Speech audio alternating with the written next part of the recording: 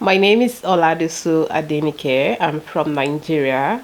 I'm the founder of Pilot Climate Action Initiative, which is a Pan-African initiative that supports or build or create a platform where women could come together and where we could also share educational materials on climate and women. Being an ecofeminist, it's about my environment, what is happening around me, and what I've also faced. And it is the same struggle that women are also facing. So, which has to do with climate change and how it's impacting women and girls. In 2018, there was that connection wasn't there of how climate change is a gender issue. But when I look at my environment, I saw those links clearly. And then I began to see what I could do to connect those links and see the solutions that are also possible. For example, when I was a child, I have to also walk several distance to get water. So, and this is like a girl thing. They see it as a girl activity or what a girl should or must do in the society. So we have to spend hours, not 1 hour, not two, averagely 6 hours in a day to source for water. And for some region where they are faced with water scarcity, it could cost even more hours. So I came across a shocking figure, which is what is happening that in sub-Saharan Africa, where I am from, that we spend 40 billion hours in a year to search for water. And these are not paid activities. These are not paid labor. So these are work that goes unpaid, unheard, unseen, invisible. It's more emotional for me when I think about it right now because I was seated closer to a guy, a boy, that was in primary school. And then the guy was telling me like, oh, your education is going to end in the kitchen. And I was like, no way. It's not going to happen. Then I was not calling myself a feminist. I didn't even know the word called feminist. It was just part of me to just think it is not right after you go to school and then you end your education in the kitchen. That is the narrative or the patriarchal kind of upbringing that young boys have. That regardless of how much a girl child reads, it will end up in the kitchen. We see young girls, hawking around. When I mean hawking, carrying a big tray or bath on their head to survive, to sell things, after school or not even going to school at all, because they have to drop out for the male child to go to school. So that have always been the tradition. So that they see boys' education to be more profitable than a girl child because they feel the girl child will get married. So the boy will be more profitable if invested into. It's still there till now that people still consider female child as not being a child until you give birth to a male child. In some areas, women still do not have the right to inherit land or to have a land of their own, and that is why sometimes women have to give birth to a lot of children because, especially if they don't have like a male child, it is considered like you have not given birth, even though you have a lot of female children. So they keep searching. Sometimes it takes them to give birth to 6 or 7 children before they have a male child. So because they want to have that child that will inherit the land, they feel like those female, they can't. Formally, if you don't give birth to a male child, you have not given birth to a child. When this colonial master came in, they used the male to dominate the society.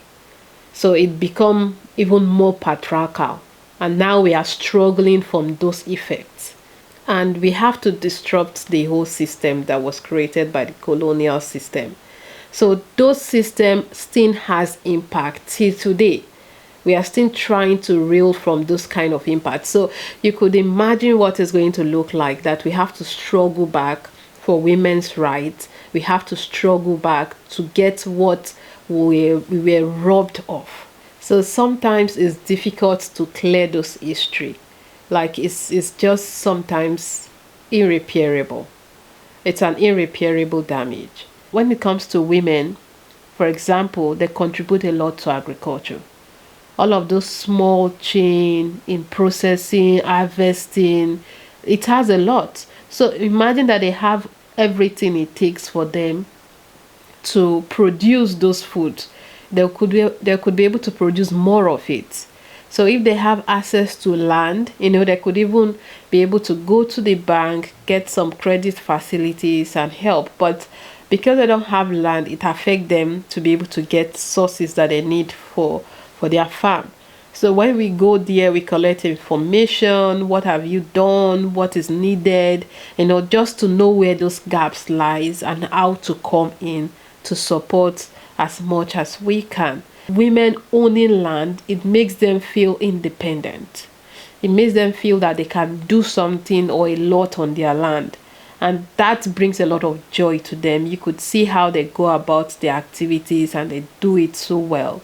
Sometimes it's those platforms that they need to see themselves, to look at people that look like them and then see how they can. And that is what we have been able to build over time. I always have this notion or idea or belief that a girl child could do greater things too. It wasn't something I knew that this is feminism, but I think I've always had that part of me that is feminist. And so later up, I picked it up again and I looked at my environment and I see how things is playing out. How it's always the girl child or the women that have to do the strong work or that have to walk several distance. And so I realized that we need to come together. We need to build that platform where women feel like themselves. They see themselves the same, equal, and they're able to take action together. So I begin to relate family with it. My father, my brother that are also strong feminists. They do things in such a way that you will know that these people, they are for women. I have family that support me strongly on what I'm doing, so they don't look at it as no, that idea is not good. So I have them even contributing ideas of what could work when it comes to ecofeminism, how I could do it better and the rest. So women need the support system to see that they keep going with their daily activities and know that they are not alone. Right now in Europe, it is eating up. And it means Nigeria will be eating up times two. So if in Europe you have 30 degrees Celsius, Nigeria is having like 45 degrees Celsius. And so you could imagine if we don't control climate change, what is going to look like in the next 10, 20 or 50 years to come. It shows that there are several places in Africa that will no longer be habitable for people, which is already happening because there are people that are being driven out of their land, not because they choose to, but because of the climate impacts. If those millions of people are displaced, where are they going to? And that is a question for us to deal with or become in a solidarity for countries that are being impacted. Collaborations, what could be done in order to avoid this new wave of climate migration. For Nigeria, we have the youngest population and the largest in Africa. But then if you compare the emission rate, it's not as much compared to maybe European countries. So even though they have the lowest population, that emission is even more. Climate change is also a national security issue. It's a conflict issue, and these are things that is playing out in Nigeria and Africa, whereby it leads to food insecurity, drought, poverty. And how do these things connect to each other? Is because in Nigeria, for example, people depend on agriculture. So once there is drought or flood and it affects agricultural production, definitely it will affect the availability of food, and also it will affect the availability of income. Once there is low productivity in the farm, it's not a spiritual issue because people always attribute it to be spiritual. So but with time they knew this is not spiritual, this is climate effect. Climate change affects agriculture in such a way that once there is drought, it affects the productivity of the crop itself, because every crop has its own temperature range at which it could produce maximally. So for example, it could be maize. It has some certain range of temperature. Anything below or greater than that, it could not yield. When I started the climate movement, even young people were not in that movement as they were right now, because we believe that it is the government that should do it. Young people cannot participate, they can't tell their government what to do. But the whole thing changed. That was in 2018 when the movement for Fridays for Future came in, and I started something in Nigeria. People knew that there is a problem. It's not like people do not know that there is a problem. They knew that there is a problem, but what is that problem that is leading or that have led to this crisis? That is what they can't place, and that is where I'm connecting those dots. So it brought a lot of issue to the limelight, and people began to, ask questions, began to do something that they can ask their government. And that same year, that was in 2021, a movement led to Nigeria climate change bill being passed into law. Now there's a certain narrative of carbon trading. How do you trade carbon? When it is not goods, when it is not agricultural produce, how do you trade carbon?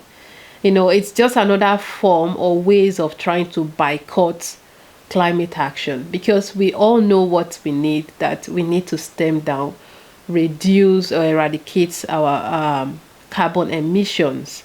So trading carbon, for example, investing in Nigeria solar panel and thinking, oh, we don't have to cut down our emission because we're already investing in Nigeria solar panel. It's a good thing to invest in Nigeria solar panel, but it is not enough.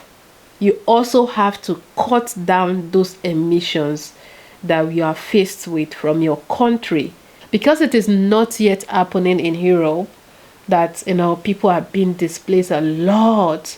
World leaders are still waiting for it to happen before they take action.